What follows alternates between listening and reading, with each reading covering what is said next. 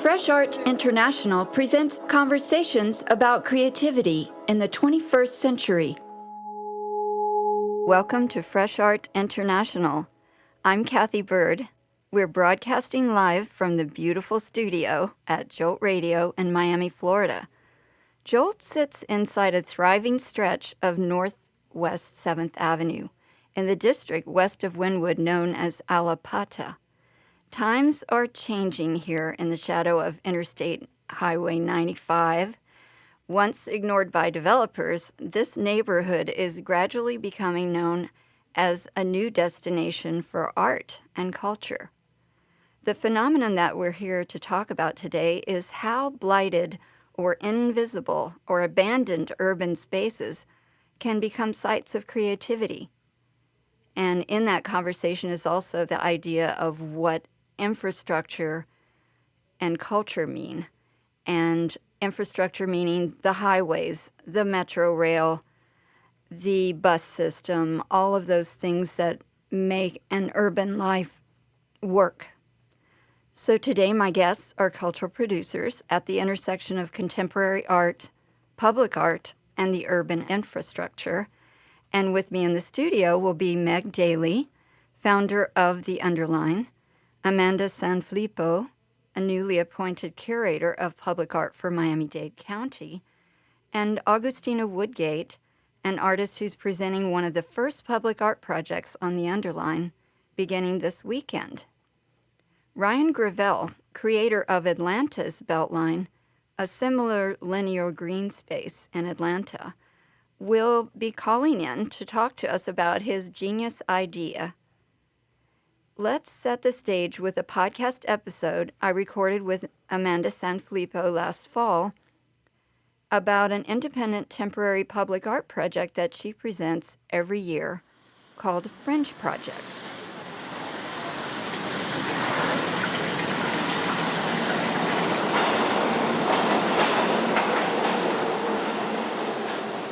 I'm Kathy Bird. This is Fresh Art International.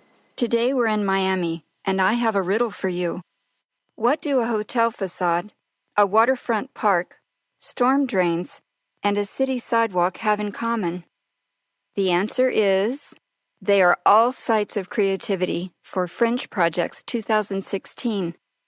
Fringe Projects is an independent public art agency in Miami that commissions temporary art and performance projects in connection with the city's downtown art days.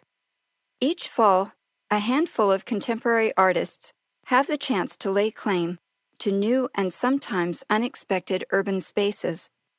Curator Amanda Sanfilippo has been working with artists to create one-of-a-kind site projects for more than a decade. Ever since she became curator of Fringe Projects 4 years ago, she's been expanding on the potential for these artworks to make a lasting impression on Miami's cultural landscape. I became quite inspired by working briefly with Creative Time in New York City while I was finishing my master's. And Creative Time and another organization that I did a case study with in London called Art Angel, a project could be commissioned in the urban realm or really in the public realm in a way in which the artwork itself is integrated with its context. It's just a much larger, expansive view of potential for an artwork. There is clearly an interest in this kind of practice for artists. You know, there are many artists who simply, their practice is based in the public realm. Art in the public sphere has so much more opportunity to reach the non-initiated. From artist perspectives, it is a magical experience for an artist to be able to really realize something at that scale. That's very important. The temporary project has this dynamic engagement with the public that sometimes erodes over time with permanent work. That and also temporary projects are easier to execute.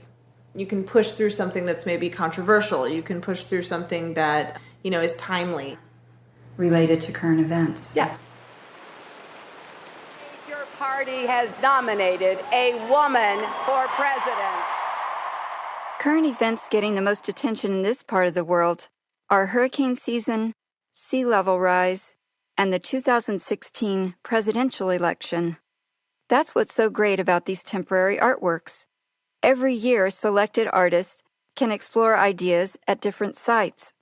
So far, all within a mile of the Miami Center for Architecture and Design. When you sent the call and got the proposals, were there certain landmarks of our downtown or our city that artists were drawn to expose or respond to? You're bringing up something really important to Fringe Projects, which is that part of the application is asking an artist to propose the site. So that's a very unusual way to work with an artist. And it's very unusual for public art as well. So allowing the artist to propose that site, that's what makes it so interesting, is they're all over the map. We were talking, it is an accessible area. It is accessible via the public transportation, the Metro movers, which has been a real treasure to really integrate. The duration may be 3 days to 6 months. Sure, exactly. And some of the projects, I hope very much that they can have a longer life. I really am hoping that some of them we can at least get through December and get some great exposure for those artists. This year, 4 projects will pop up around downtown. One in LED panels on the facade of the upscale Intercontinental Hotel. Sebrin Versteeg is a New York-based artist. I've known him for years. Sebrin has a particular kind of skill set and acumen that revolves around sort of algorithmic and digital permutations of data. Data as media. More. In a sense, yeah. And sort of embracing the randomness of data. What he's interested in doing is reading a book on the LCD facades of the Intercontinental, which is a large hotel in downtown Miami. And really the book, which is called Small is Beautiful, is a meditation on scale of economies and abuses of power. He's quite interested in the context of this election. And of course, it's ironic. Something small is going to be projected huge. Yeah, exactly. And also the enormity of it won't be able to be graspable. It'll be very hard to read. You'll have to have your head turned to one side to read it, and then it will be something that you would have to stay up for 3 days and 3 nights to read the entire book. Sebrin and I are co-curating a selection of videos by other contemporary artists, which will be displayed on LCD screens throughout the lobby. The ideas of wealth and power are very palpable in that lobby. Another will emerge from beneath the walkways on the Miami-Dade College campus. Hiya. Down here. I'm everywhere below. I'm very excited about Cara Despain's project. Her project is going to be completely audio, and it will be on the Wolfson campus. A barrage of different sounds and noises that are emanating from the sewer grates. It's too late. It's here. One will appear in Bayfront Park. I'm working with an artist named John Patrick Walsh III, and JPW3 as he's known, and he's a Los Angeles-based artist doing an update of a project that he's done before. Although I really like to do new commissions, I think that this is something that we're going to tailor and make for here. It has to do with a tea house. And the 4th promises to entertain pedestrians on the sidewalk outside the Center for Architecture and Design. I'm really happy to be working with Alan Gutierrez, who's a Miami-based artist. He has a performance project. It'll involve a rain machine and some theatrical lighting. Miami's public art environment is open to both temporary and permanent projects. This summer, Amanda took on a new role. She's now curator and artist manager of art in public places for Miami-Dade County Department of Cultural Affairs.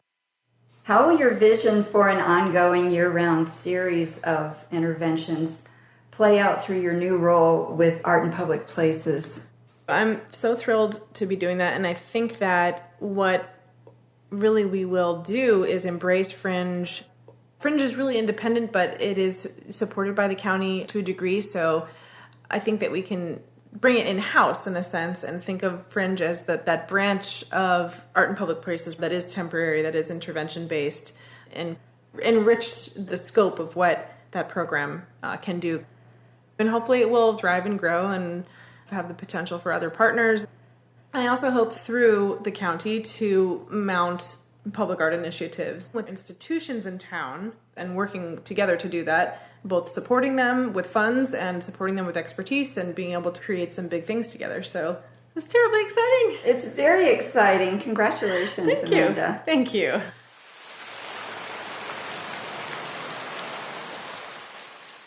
I'm Kathy Bird. This Fresh Art International podcast episode features Miami-based curator Amanda Sanfilippo. We've been talking about one of my favorite subjects, art in the public realm. In a few weeks, Fringe Projects will bring 4 unique creative ideas to the city of Miami. Visit freshartinternational.com to learn more about this exciting public art initiative and check fringeprojectsmiami.com for the full event schedule. Good morning. You are listening to Fresh Art International, and that was a podcast episode I recorded with Amanda Sanfilippo about Miami's Fringe Projects, an annual presentation of temporary public art installations and performances that takes place at sites within a mile of downtown Miami. I'm Kathy Bird, and today we're broadcasting from the studio at Jolt Radio. We're talking about public art and the infrastructure of the city. Ryan Gravel is calling in from Atlanta. Hi, Ryan. Hey. Welcome to Miami virtually. Thank you. It's great to be here. I met you years ago when I was director of the Welch School Gallery in Atlanta at Georgia State, and you participated in a year-long exhibition project with me under the rubric of reconstructing Atlanta, and it seems like that's the kind of work you've been doing for years now. I think I'm going to introduce you as an urban thinker and designer. And what I know you for from the very beginning is the thesis you wrote in 1999 for your grad degree at Georgia Tech about this idea for an Atlanta Beltline. Tell me where you came up with that idea. Like, where did the vision come from? Well, I was a student studying architecture and city planning, had done a year abroad in Paris in college, and really got obsessed with the role of infrastructure in shaping not only the way that we move around, but it's the foundation for our economy, for our social life, and for our culture. It matters what we build, the way that we live our lives. And came home and was frustrated with Atlanta, and wanted to create a new kind of infrastructure that would create a different way of life for people, and one that would revitalize urban communities and create walkable, healthy districts, and incentivize the redevelopment of a lot of urban land that was underutilized. And so Atlanta's unique to have this loop of railroads, and came up with an idea to propose reusing them for what has grown to become the Atlanta Beltline. And story took off from there. We created a real true grassroots movement where people sort of believed in the project, and the citizens of Atlanta believed in it before any of their elected officials, and the whole thing just kind of took off. I mean, that's the short version over many years. I love that idea of you excavating a buried treasure in a way, this abandoned railroad that in some places you just couldn't even see anymore. Yeah, it was right there in front of everybody's nose, and it's the kind of idea that, nobody's thinking about it, but once you say it, it's obvious, that that's what you need to do. And that, and of course now that it's being built years later, and driving a tremendous amount of success for the city, economic impact. Now it seems like the most obvious thing you would do, but it didn't at the time. It had to be kind of discovered. Yeah, well, that was about over 15 years ago now, right? Where's the Beltline now? Well, we spent it's 22 miles long. We've got about 4 miles of trail built. The idea is to take the whole loop and convert it into both a trail and a streetcar type transit system. We've got about 4 miles of trail built, no transit yet. We've got another 5 miles of trail under construction right now. We just passed a transit referendum that will pay for the transit. So all of it is sort of coming together. But we're still in the early stages of implementation of it. With that said, we've spent about $450 million, mostly for land acquisition and different sections of parks and trails along the way. There's a big park component to it too, and arboretum and public art and all that. But we spent about $450 million so far. We've seen well over $3 billion of private sector investment as a direct result. So the economic sort of story of it is truly unbelievable. And all along the way, really doing what we wanted it to do. It's creating a whole different new way of life for people. I just got to my office at Ponce City Market, which is built out of this old Sears building. I rode my bike 6 minutes to work on the Beltline. That's something that wasn't really possible before. And when you project forward at what the future of Atlanta looks like because of this sort of investment, it's going to be a completely different place.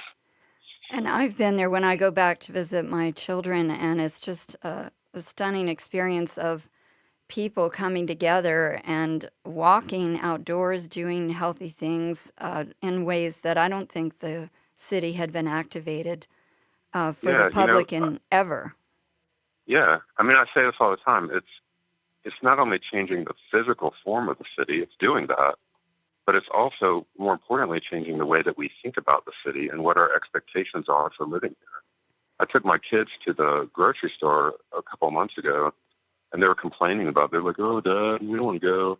If we have to go, can we at least ride our bikes?" And I was like, "Of course we can ride our bikes. That's what people in Atlanta do. We ride our bikes to the grocery store." That's so great. And it's ridiculous, but they don't know that. And now they've got, a generation of new residents who believe that Atlanta is the kind of place that you ride your bike, and their cultural expectations are very different. And that's really, really powerful when you start to look at the really daunting sort of challenges ahead about urbanization and all of the other things that are impacting cities today. And I'm thinking about what role public art has played in the realization of the Beltline. Tell me what's happened with public art in that domain. Well, I would say that the effort right now is still a bit fledgling. We had some arts organizations like the project that I worked on with you. We've had a series of initial kinds of people out there. The opportunity for public art is kind of obvious. We have not yet, I think, gotten to the point where it's quite achieved its potential and really elevated the role of public art. We've had some really great pieces, and we have some really great events, but I think the potential is much greater, and I think people realize that, but the actualization of making that happen we haven't done yet. The best example, though, is the Lantern Parade, which is this crazy idea that Chantel Ritter had of that people would walk down the trail in the dark carrying homemade lanterns. And the first year she did it, there were about 200 people. And the next year there were 400 people, and then 800 people, and then 1,200 people. And then the next year there were 12,000 people. And then the next year 20,000 people. And the next year 60,000 people. And last September there were over 70,000 people out there literally carrying homemade lanterns in the dark down the trail, down a 2-mile section of trail. It's ridiculous, but it illustrates this kind of pent-up demand for a cultural life in the city that really wouldn't be happening without the Beltline. And so the Beltline in that way is a cultural infrastructure. It's an infrastructure for a new sort of revitalized or remade or new created culture in the city and social life and all of those other things. I mean, it's fascinating to see what people do with it. And so from my perspective, only encouraged now with our success here is looking at, new infrastructures that, move people around and, spur economic development and all that, but also create the kind of lifestyles that people want. We have Meg Daly here, who's the founder of Miami's version. Meg is awesome. And yes, she's a powerhouse, she thinks you're awesome too. Well, and you're my friend. Hi, Ryan. Yeah. Hi. Yeah. How are you? I was just thinking, as we're about to celebrate this weekend the launch of some public art projects on the Underline here in Miami, What do you see as the greatest challenges for us in developing this project? Ours is a 10-mile linear park. Well, I think that before I get into the challenges, I want to talk about how projects like the Atlanta Beltline and the New York City High Line and the Chicago 606 are such great precedents that we may be the new kid on the block, but because of the groundbreaking work that Ryan and Robert Hammond and the Trust for Public Land did in Chicago, it's really made our lives a lot easier because there's very successful precedent. Um, and that success is fed into our momentum.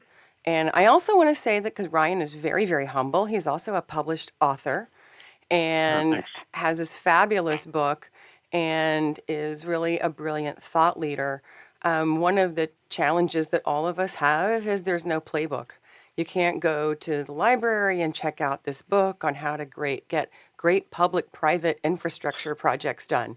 And the matrix and the fabric for every one of these is different. But the greatest challenge is always funding, and getting people to understand this unique package of industrial reuse. So we have this latent asset that's sort of sitting there waiting for everybody to bring it to life and bring people to place. And I think art is one of the pillars of doing that. So the Under Art, which is opening this weekend, and I know we have Agustina Woodgate here and Amanda to talk about the Under Art event on Saturday. It's an Art Place America grant, and really the critical piece and what we had to deliver with these 4 art installations is to get people to play with art, look at it, climb on it as if it's part of their everyday life, and get them into this mode of engagement, which I think connects people to place. Right. And so if we were, Ryan, thinking of your book as a playbook, it's called Where We Want to Live.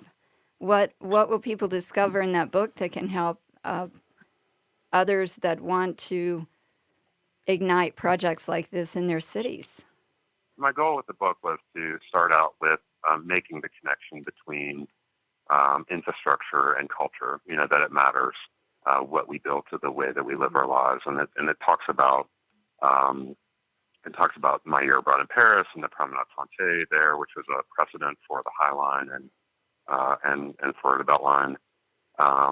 It talks about the role of sprawl and highway building that fundamentally changed the way that Americans live. It tells the Beltline story, so if you want to know the detailed account of what it did and how all the different aspects from the initial kind of ideas around economic development and community revitalization and transit expanded to also include the trail and parks and art and brownfields and all, health and all kinds of other things. There's that account is made. But then it connects the Beltline to all these other projects that Meg mentioned, the High Line, the 606, the Underline, the Buffalo Bayou in Houston, the LA River, which is my, obsession, a beautiful river and certainly beautiful future for a river that will fundamentally change not only Los Angeles, but the way the rest of us think about Los Angeles. It connects to all those projects, and from that defines 8 sort of key lessons about what the best versions of these projects, what we can learn from them in terms of being catalysts for change. Because we're not talking about your average rail trail project. Those are fun too and important, but these projects are unique catalysts because there's an intention to change in them. And so the book kind of details that. And then it looks ahead of the future and the regional changes. That's certainly true in Atlanta and Miami and other places.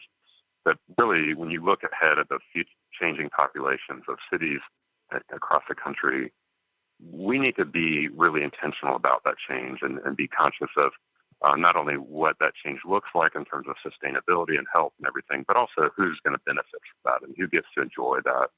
And so looking at equity and health, civic identity, those kinds of things. So there's no silver bullet. We don't know what the future of cities is about, but it's intended as sort of guidebook for the kinds of things that we need to be thoughtful about.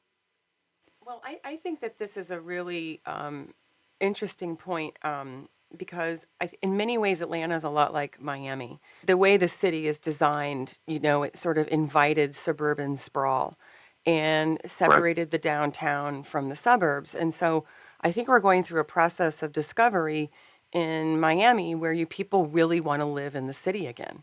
And that means you have to bring life to your city. And so there's a series of steps that have to happen.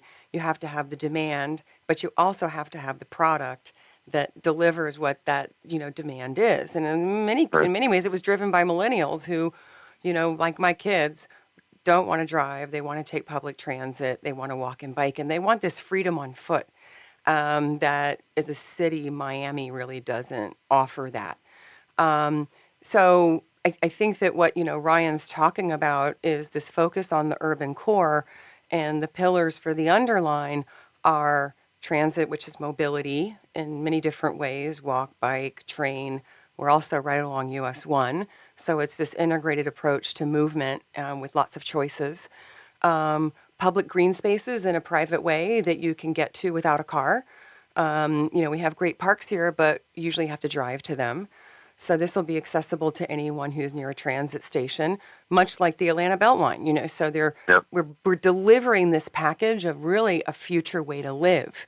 And so if you want to pigeonhole it into it's this kind of project, it's that kind of project. So I'm going to go back to the challenges again, is that this is not a road system. So if you go to DOT, they understand federal highway systems.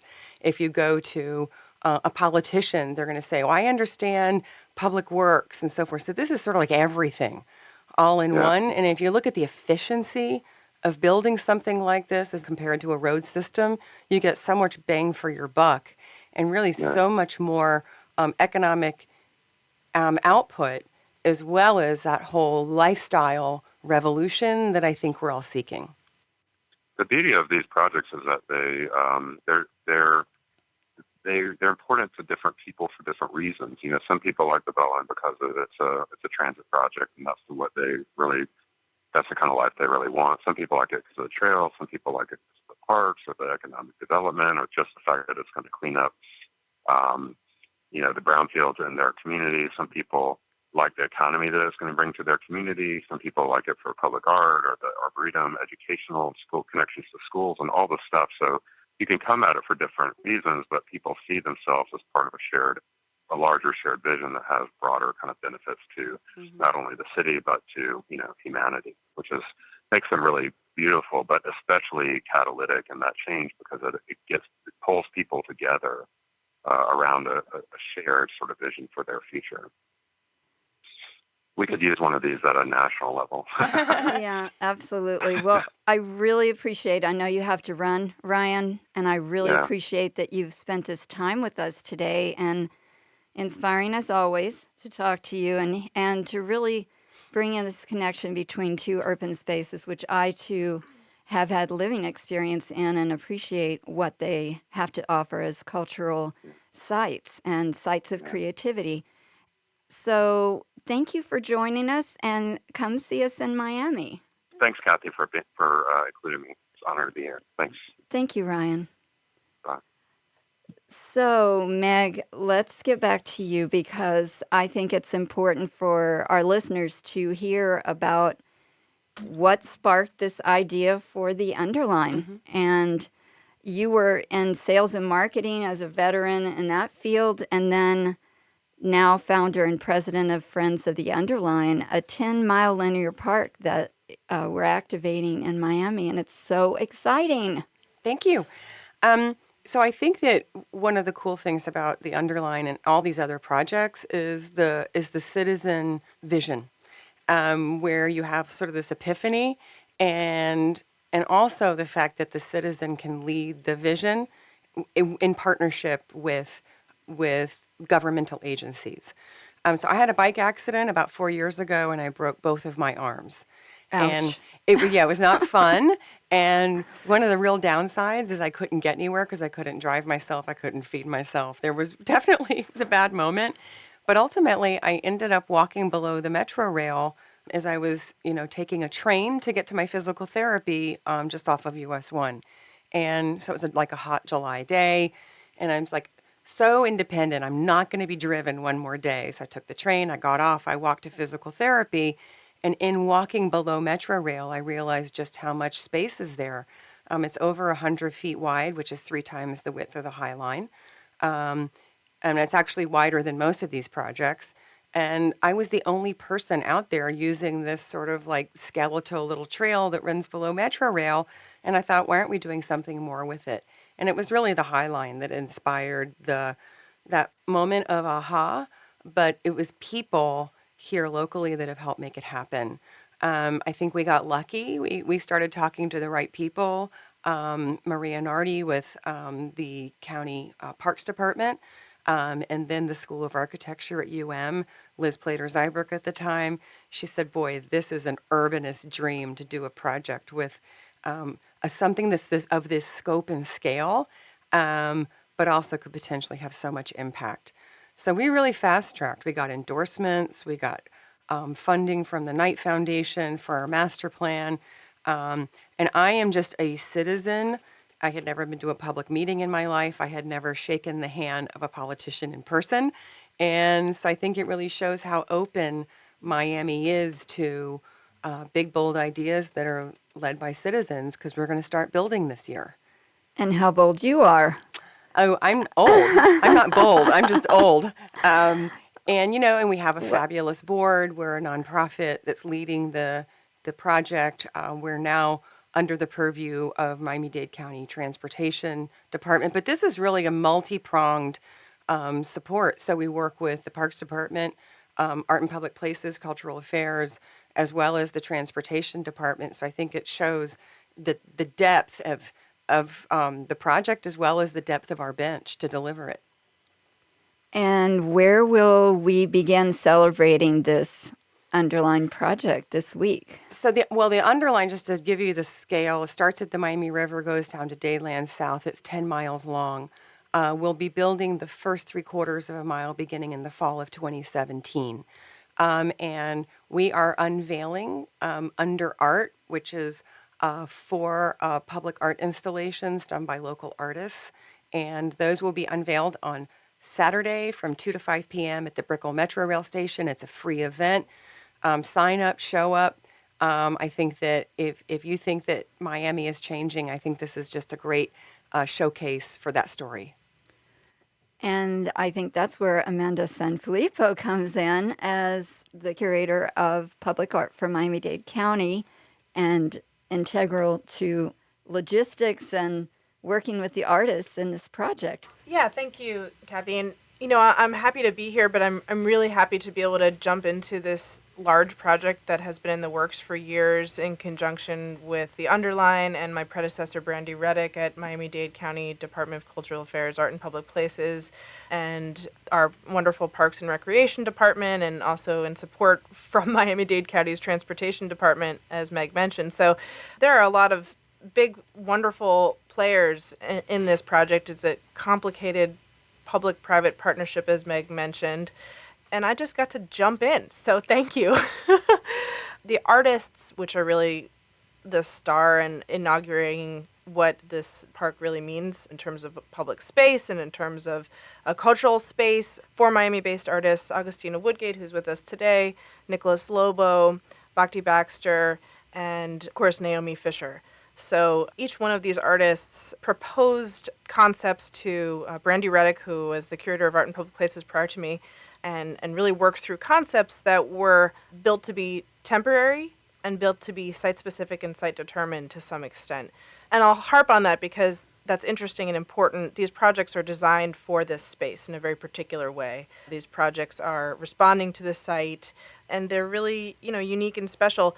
The fact that they're temporary is a good thing. Temporary artworks have many different dimensions that permanent artworks don't, and that there's pros and cons to both scenarios, but I'm really excited that this first round are temporary because they can address really timely concerns. They can do things that, especially when you're wrangling in between these giants of these departments and all of the infrastructure, temporary is so much more nimble and can get a lot more done. I'm just thrilled to be part of this massive thing that's been rocking and rolling already. And there's a vision, an ongoing vision for public art interventions along the Beltline. This is just the one of a series planned? This is the inaugural group, and we're thrilled because means a lot in terms of, the Underline has been announced, but this is, I think, one of the first, certainly the first moment when art and the Underline are in the picture together. It's really, I think we have RSVPs of over 800 people who are getting ready to join us on Saturday to celebrate both the achievement. I RSVP'd. Thank you, Kevin. Both the achievement of the Underline itself, the achievement of mounting public art on the Underline, and just the sheer fact that this is happening. I think it's going to get into a lot of people's radars. This event will cause that to happen. So, yeah, we're excited. Well, me too, and I think it's time to introduce the artist and go into some depth with one of the projects that will be unfolding beginning the 13th. Good morning, Agustina. Good morning, Kathy. Thank you for having me. You are a radio pro, so here we are. Yeah, nice to be back. Yes. Well, this is just one in the series of Agustina's radio broadcast projects, radioee.net. And let's describe what that means. RadioE.net is a nomadic multilingual online radio station. And its intention conceptually is to address certain topics. Correct. The radio travels to different cities, transmits in different languages. Because we are in motion, we must address the languages present in the territories. And as we move, we sort of keep the editorial direction pretty focused on the topic of mobility, but the conversation results always completely different because it is so much filtered through the locality where we are broadcasting from. You're interested in conversations around mobility, migration, and transportation. The way we approach it is from different perspectives. So from transportation to immigration, and then also from various different creative ways. Also, it is not necessarily only a talk show. There's also a very high presence of local sounds. And I met you, just to recall where we got involved and I worked with you, recorded with you, was for Auto Body during Miami Art Week a couple of years ago when you broadcast from an auto body shop. Yeah, totally. Yeah, we took over back then. We took over the reception area of the mechanic shop and we turned it into our station. And there we had a hell of a week, right? Yes, it was a lot. Yes, it's a you big lineup. packed it in. Yeah. And you, I remember the guests I came and recorded with you there were sitting in bucket seats. Yeah. And there were signs from the shop that existed before, and we could look out into the exhibition area. So it was stationary, but I know you've also done actual mobile in the back of a truck, in Washington, D.C., Yeah, I think. correct. You did a Yes, 24-hour project, and then you just went to Dallas and presented one about Dallas's transformation as a city. Yes. For Dallas, it was interesting because there we somewhat filtered the conversation through the sun. So it was mainly focused on the sun as the promise for it, and its promise for transformation and transportation, and that's kind of counterculture for Texas, oil country, to have a project focused on solar power. Yeah, but Texas also has the potential to become the number one solar provider for the entire country of America. Yes, shall I confess now that I'm a Texan? So Dallas was a very interesting one. But yeah, so every time we broadcast is a complete different communication texture. The fact that we are in motion doesn't necessarily always mean that we talk about mobility, but we are already in it. You are in it. So let's hear what you're going to be generating in Miami.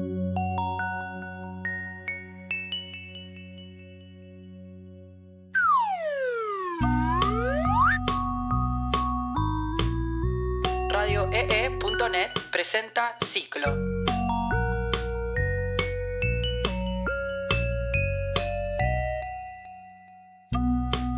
Ciclo. Exploring all things architecture.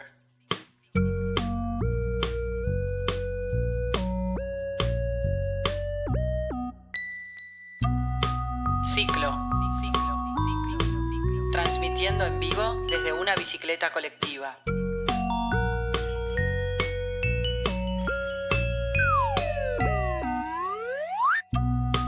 Ciclo. Traveling the future path of the Underline.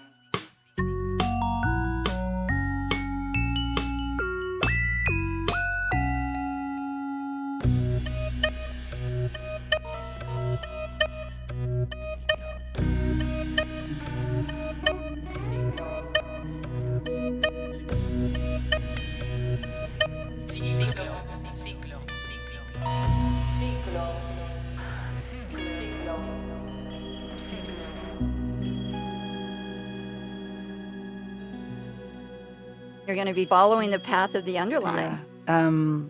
Or at least trying, because the Underline is still not here, so the path is actually really challenging. I noticed that's going to be a challenging circuit you're making. She's Yeah. going to be pedaling her way. With a 16-people bicycle, what they call a party bike. So we partner up with a local business called City Bike. And they're bringing their bicycle. It actually has 10 seats for pedalers and then a little back living room on the back.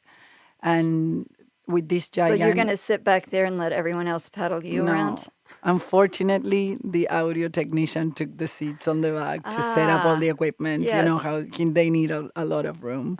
And so everyone that talks pedals. Otherwise, there's no movement. So the idea is to move from station to station, utilizing the stations to drop off and pick up our guests, just like the train. But our motion is a little slower. It would take us an hour to go from station to station. And as we move... I have a question. Yeah. Have you been in training? You mean on the bicycle? Yeah. Yes, and I have been, but I must confess that this kind of bicycle is completely different than the regular bicycle because it is a collective cycling. So if one bicycle's a little harder, then everyone else does less of a job, So it needs to be, you need to get into the rhythm so that we are all cycling evenly. Otherwise, someone is doing all the work for the rest. It's like canoeing or sculling. Yes. Everyone's going to have to be paying attention. Yes, exactly. That's funny. It would be challenging because there's many things to pay attention. And one of them is actually, as I was saying before, the fact that the Underline is still not here is a greater challenge. So instead of actually talking throughout the 3 days of the broadcast about how great the Underline and all that's to come, we're actually going to reflect totally the contrary, like how much we need it because it is almost impossible to travel the location as it is right now. Some of the stations don't have ramps, so we have to enter the trail through the parking lot or through back roads. So we hope to, through these complications and all the noise and soundscape that we're going to be surrounded with, the idea of the need of an Underline will come through just by us actually experiencing the complexities of the territory as it exists. So what other voices will be on your show? Who will you be talking to about the future and potential of the Underline? And also the past. A lot of the broadcast is about what is there right now that might not be there in the future, and also what was there before. So the idea is to somewhat unveil the stories and the layers that this territory contains or this path contains before transportation, before urban transportation. So we have a specialist that's going to come and talk about slash pines, which all that area used to be a forest, a slash pine forest. We have a member of the Mikosuki community coming over for the slot as well. We also have an architect that did a wonderful exhibition at the History Miami right now about the architect is called Parker. The name of the architect that's coming to the radio is called Alan Schulman. And with him, we're going to be talking about air conditioning and how air conditioning has changed the entire architecture of the city.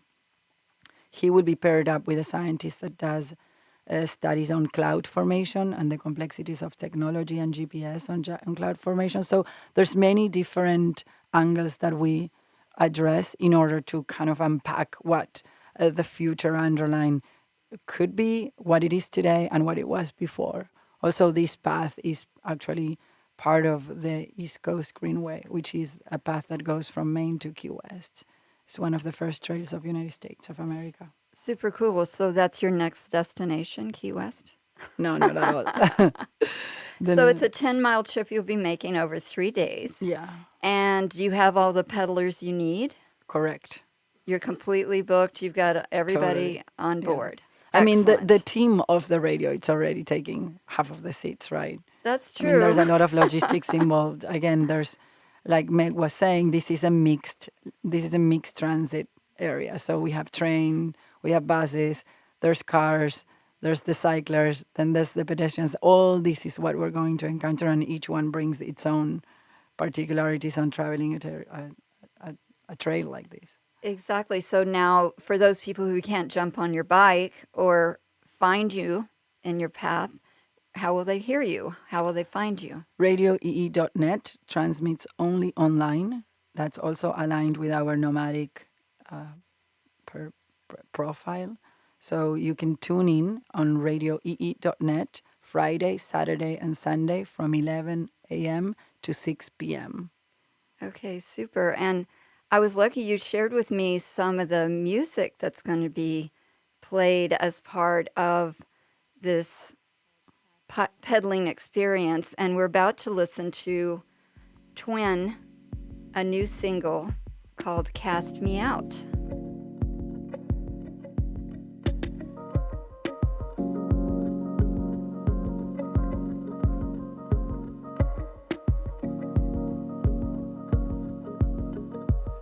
She cast me out without a line.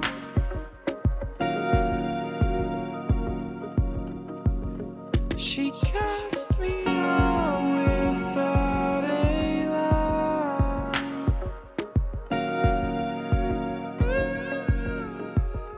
She cast me out without a line.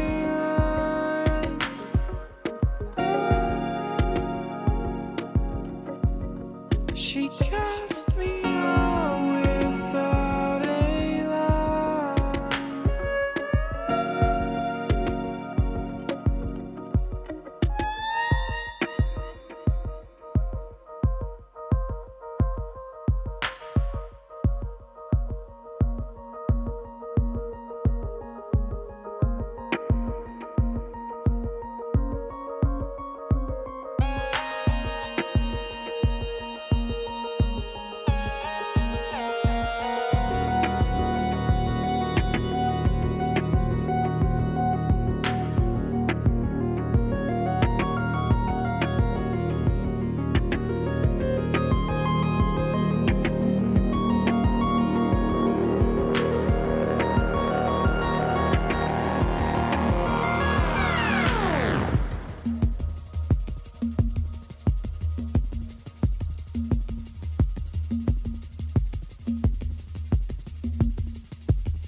She cast me out. She cast me out. She cast me out. She cast me out. She cast me out without a line.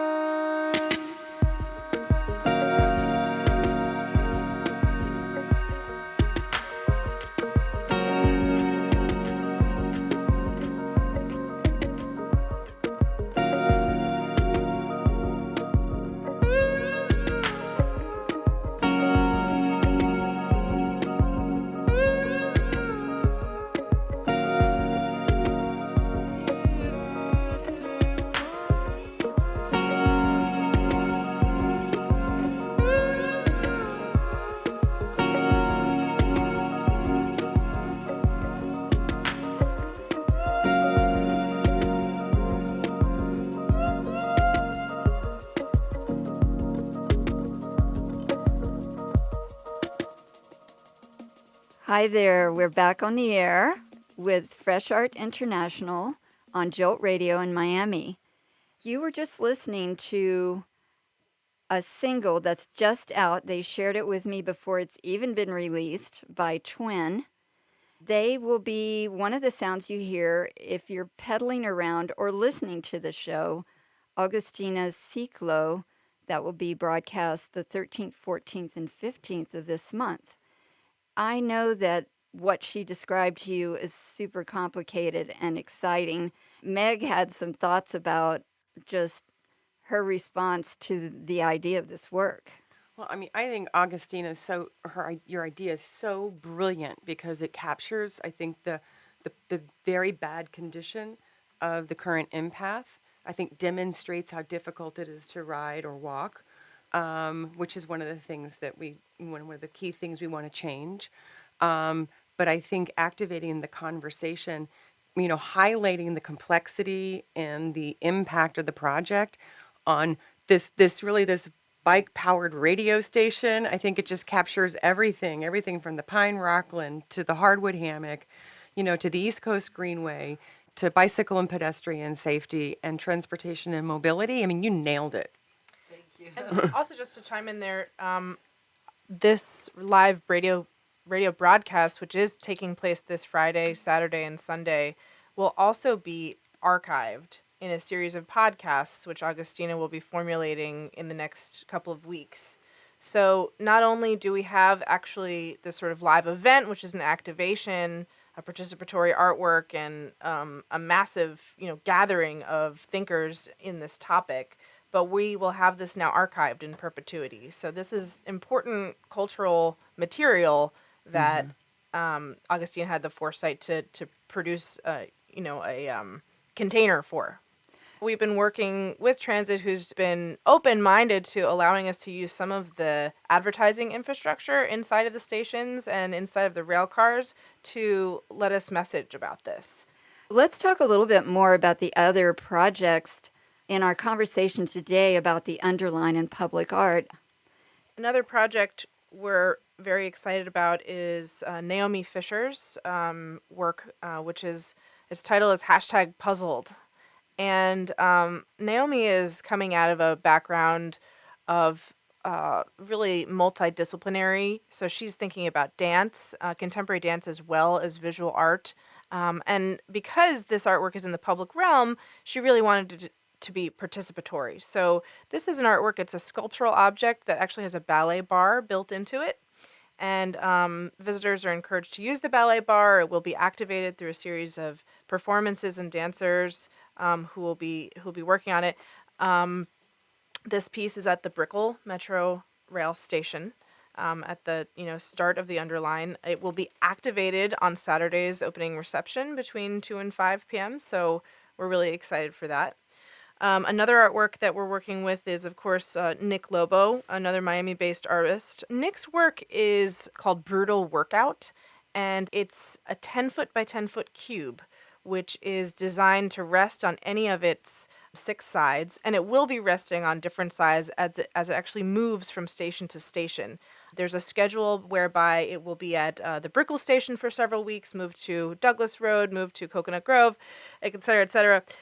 This work is also participatory. It's going to be activated by calisthenic experts who will actually use the various, configurations of this work to work out. In the larger picture, it's having this dialogue with brutalist architecture. It is made of the same stainless steel that much of the infrastructure of the stations is made of. So Nick is, as always, extremely thoughtful and sensitive to his environment, and he's really made a work that deals with leisure in the context of a very sort of capitalist, labor-focused context, people using the train in a very utilitarian manner. So he's thinking at great length about that. Bhakti Baxter, like Agustina's sort of infiltration of the stations themselves with her signage and advertising space, usurpation of that, Bhakti is using the stations as well as a site for 8 unique sculptural objects which all house living tropical plants. So these different, the piece is actually called Metro Flower Power. And it's a really sensitive design project, which is aimed at creating interventions within the stations that are full of these tropical plants. These plants are actually going to be planted alongside the Underline after the project's completion. So they will go from the stations out onto the path. Excellent. So much to tell everyone about this project. Maybe we'll have to do a second show to talk about how it turned out. Thank you for joining me today, Meg Thomson Daly, founder of The Underline, Amanda Sanfilippo, curator of public art for Miami-Dade County, and Agustina Woodgate, who will be presenting Ciclo, pedaling about the town to celebrate our newest park. You can find out more about this project at theunderline.org or follow us on social media at The Underline MIA. And also at the Miami-Dade County Art and Public Places website, which is miamidadepublicart.org. Okay, super. And so before I leave you, I want to share a special message about an opportunity for French visual artists who are listening today. The cultural services of the French Embassy in the United States, the Institut Français, and the FACE Foundation have just launched this amazing new residency program, Étant Donné Residencies. And the project will support French artists or those living in France and French territories for more than 5 years that are seeking to propose a 2 to 4 month project in the U.S. in collaboration with an American organization. We have tons of residency opportunities in Florida. The grant is for residencies taking place between April and December 2017. The deadline is January 27th, which is upon us. Considering the Florida's geographic and cultural ties with the Caribbean, they're really encouraging proposals for residency that involve research and projects linked to the Caribbean. So to find out more, visit face-foundation.org and search Étant Donné Residencies. If we have time today to listen to a segment of one more music element that will be in the Ciclo project, it's Poor Girl, We Trashy. Like old Doritos, crunchy. Torpedoes, tits and speedos. Call me flow like I'm some old school. Whoa, did you know? I know what you. I'm stacking dominoes, yeah, stacking dominoes. I know what you want. Do a charger? Bro, you don't know me. Phony, baloney, jabroni, looking Al Capone, Bugsy, Mugsy, pepperoni, calzone. Leave me alone. I know I can get you to your. What seems to be the hassle, you filthy rascal? Get the hell out of my castle, I'm a natural. It's nature, parks. Get your paper out the way, sir. This is Major Tom. I'm dropping bombs like all over your all over your mom's white dress. What a mess. Lousy damsel in distress, blurriness is a symbol of success. I confess, man, bitch, please get off your knees. This ain't the chapel. Yeah. Look like you taste like some crab apple snapple. I know what you want. You want. I know I can get you to your climax. I know what you want. I know I can get you to your climax.